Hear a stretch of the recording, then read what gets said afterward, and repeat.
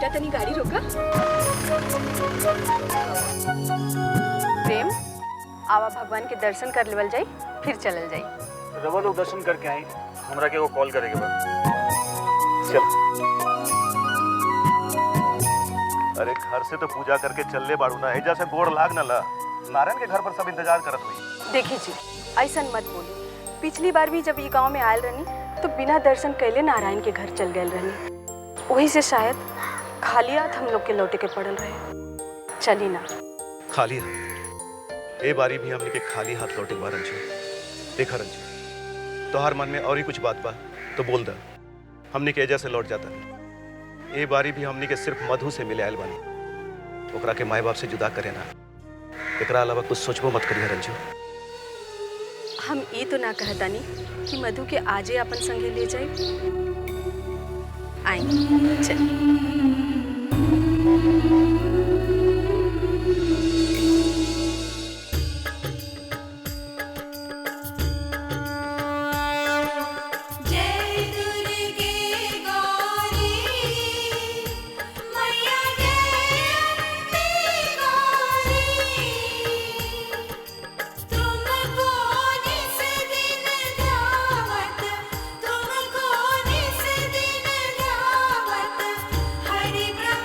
मैया, आज के दिन बहुत खास बा। मधु अगर पुरान बात भूल गए होखी तो हमने के देखते ओकरा की याद आ जाए। वो हमने के फिर से मम्मी डैडी कह के बुलाए। मैया, 17 साल से तो यह प्रार्थना करे तानी। हमरा के विश्वास बा आज तू हमरा के निराश ना करबू।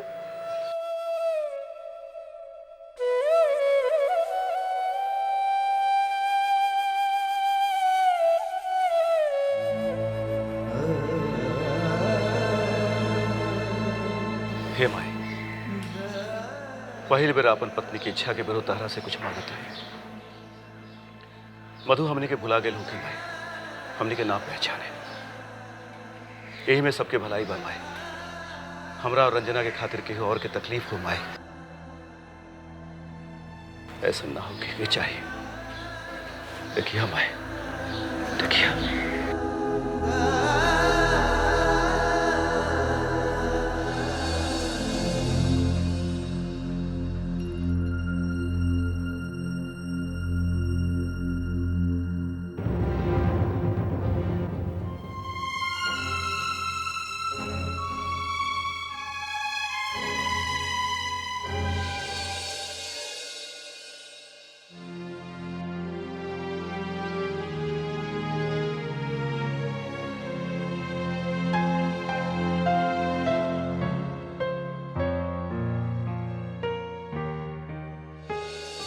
रउआ झूठ बोले से हमरा ऐसा लागत बा कि रउआ हमरा साथ धीरे धीरे छोड़ रहल बनी। दुपुर प्लीज, ऐसा कोनो बात नहीं है। तू हमरा के समझे के कोशिश कर। समझे के कोशिश करी? कितना बुरा लागेला। 20 साल से रउआ के होके भी रउआ के समझे के कोशिश करे के पड़ी। एकरा मतलब बा हमनी के संबंध कहीं न कहीं कमजोर पड़ा था।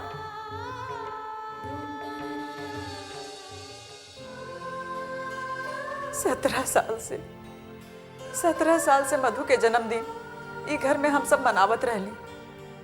आज मधु के जन्मदिन बा, हम सब आशीर्वाद देवे ना जाई। मधु कहा सोची मधु से मिले में और राउर के पुरान जिंदगी में का संबंध बा। हमरा तो कुछ नहीं के समझ में आवत।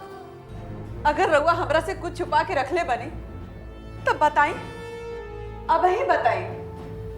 दुपुर, तू जन सोचा ताड़ू वो बात नहीं खे। मधु से आज न मिले के सबसे ज्यादा दुख हमरा के है। हम मधु के बारे में सोच सोच के बहुत परेशान होता नहीं। एक और 17 साल से मिले खातिर तड़पत ओकर मम्मी डैडी, और दूसरे और 17 साल बाद मिले वाला ओकर माई बाबूजी।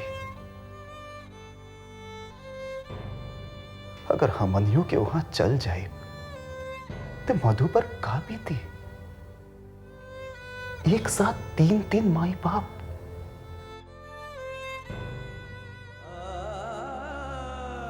हमने के ब्याहे के पहले हमारे सामने सबसे बड़ समस्या रहे माई बाबूजी में से केहू एक के चुनल। हम तो दोनों के साथे चाहत रहे। अरे जब हमरा के दोनों में से एक के चुने में इतना दिक्कत भइल तो मधु के सामने तो तीन तीन माई बाप बने। ये हमरा से बेहतर के जान सकत है कि मधु के दिल पर इस समय का गुजरत हुई।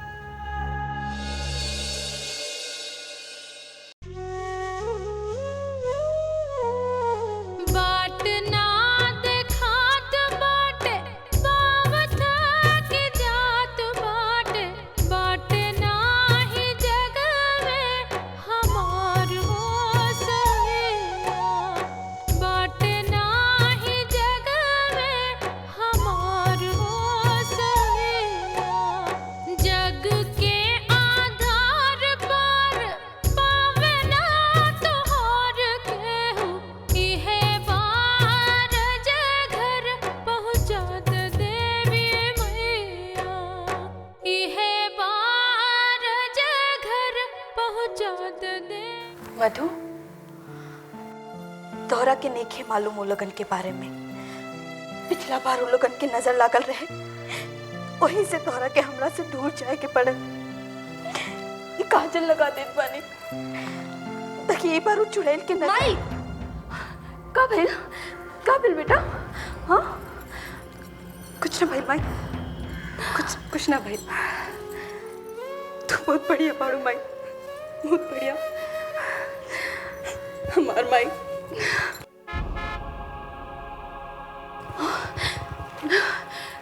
ए बेटी, तू ए जा रहिया, बाहर एकदम मत आइया, ठीक बा?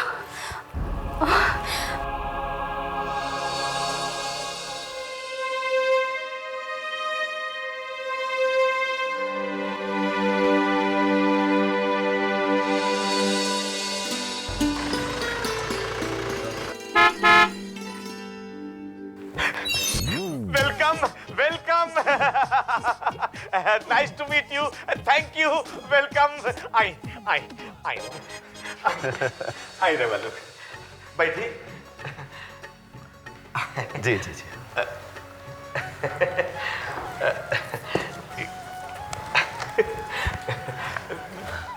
ये सब रउए लोग के दिएला। सुप्रिया के नाम के सब पत्ती के कागजात तो लाई बने न रउआ लोग? हाँ, ले ले बानी। मधु कहाँ बिया? मधु के तनी जल्दी बुलाई हूँ। हाँ, अभी बोला बता नहीं। अब कागज पत्रवा दे दी ना, अंदर संभाल के रख दे। नारायण जी, ये कागज हम मधु के अपने हाथ से देना चाहत बानी। रहुआ मधु के बुलाई ना प्लीज। बुला बता नहीं। मधु बेटा।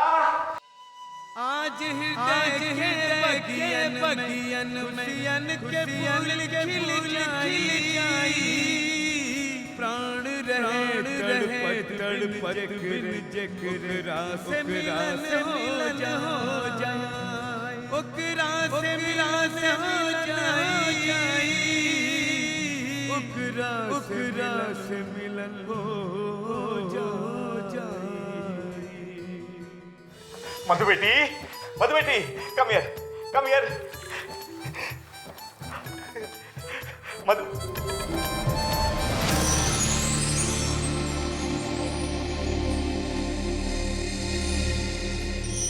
बेटी, अरे चुप रहो तू। मंगल में अमंगल कर आयल बड़ो, जा यहाँ से जा। मधु बेटी, अरे तू तो ऐसा डरायल बड़ू जैसे लड़का वाला तरह के देखे आई बड़न। अब यहाँ करा के ले जाइए। चल चल मधु बेटी, चल चल चल मधु बेटी, चल बाबूजी।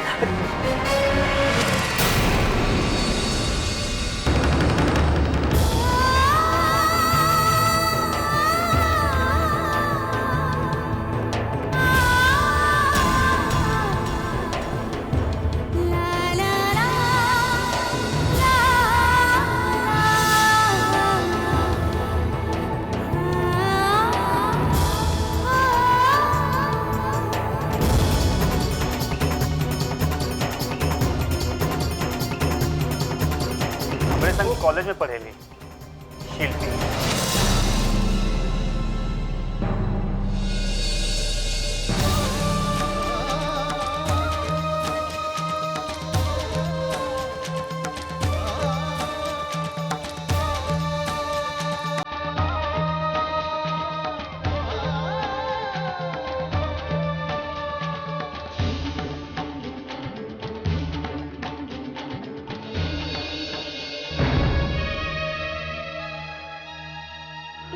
शिल्पी बिया। मतलब शिल्पी और मधु एक ही भी है?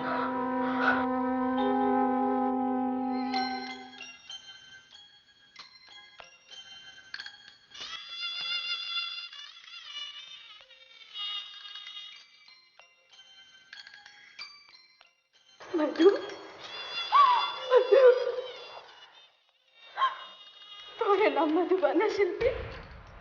हाँ, तुमरा के काहे ना बतेलू? हाँ, अरे हम तोहर मम्मी बानी। हाँ, बिटिया, तोरा के सब कुछ याद पाना? हाँ, बोला?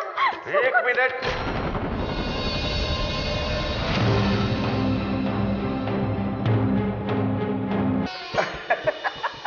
प्रणाम करो बेटा। खुश रहा। खुश रह। अब जो भी लेवे देवे के बाद जल्दी से देता। ला बेटा।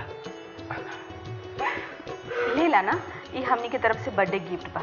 हाँ हाँ, ले ला। ले ला। ले ला बेटा, बड़ लोग के दिल ना दुखावे के चाहिए।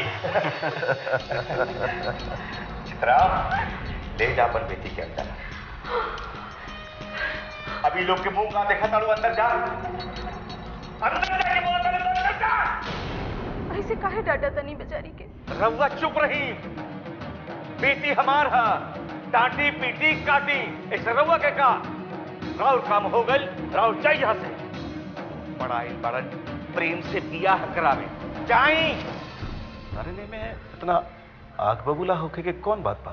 बात हम ज्यादा सुने के मूड में नहीं थी। रउआ अपन पत्नी और जो वहां बैठल बड़न उनका लेके निकल जाए यहाँ से। नारायण, ये अरे थरे मत करा भाई। हमने के कितना साल के बाद मिलने हैं से। अरे कम से कम रंजना और मधु के थोड़ी देर बात कर ले बेटा।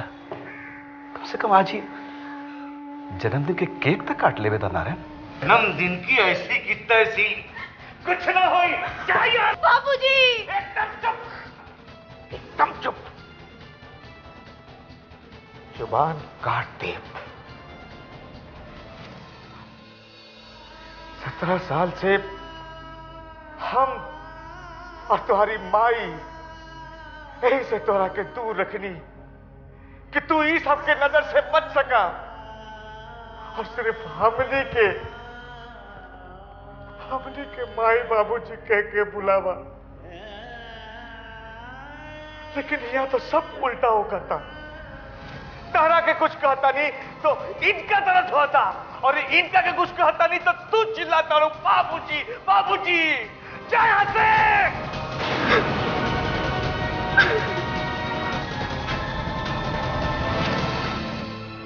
चला रंजना, चला। न तो हमने की वजह से मधु की तकलीफ और बढ़ जाए, और बढ़ जाए। चला ना, चल प्रेम।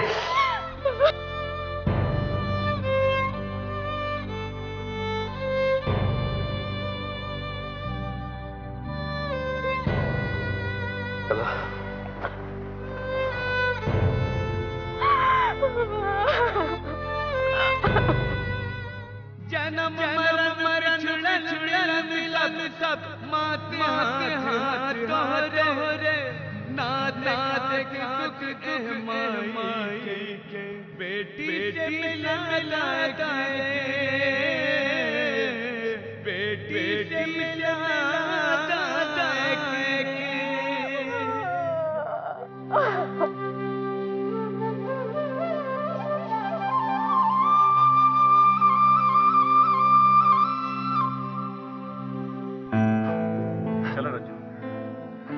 माई के दर्शन एक बार और कर ले जाए। जौन कुछ भी भइल बा ओकरा खातिर माई के तो धन्यवाद देवही के पड़ी। मजाक मत करी, सब रोए कारण भइल बा। रवा हमार खिलाफ माई से बिनती जन कैले रहनी, और बिनती माई सुन लेनी। अब जाए रोए जाके माई के धन्यवाद करी। अरे पगली, ऊपर वाले का आशीर्वाद हमने के साथ बा। तभी तो मधु ही शिल्पी निकल ली। अब तक तो हमने के चाहत रहनी है, बस एक बार मधु के देख ली। मगर अब तो ओकरा के अपन घर ले जाके उम्मीद जाग गई बा। कहीं रवा हमरा के सपना तो ना दिखावत माने। माइक अगर ऐसे नहीं कृपा भइल तो हमने के सपना जरूर साकार होगी, और बाकी की बाचल उम्र अपन बेटी के साथ गुजरे। चला रंजू।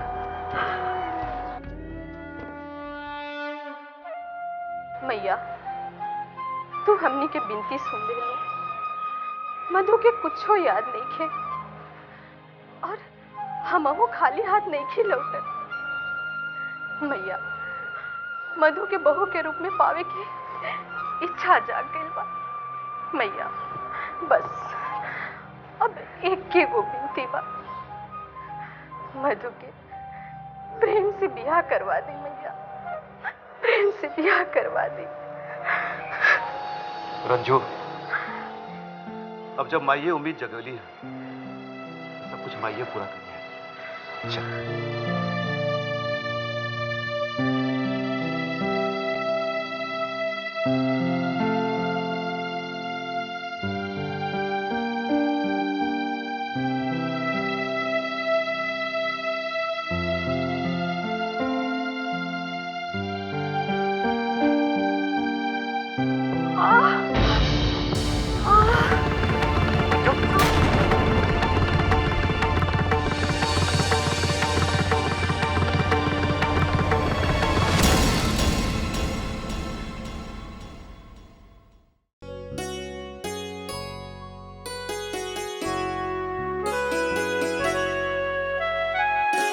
बेगिना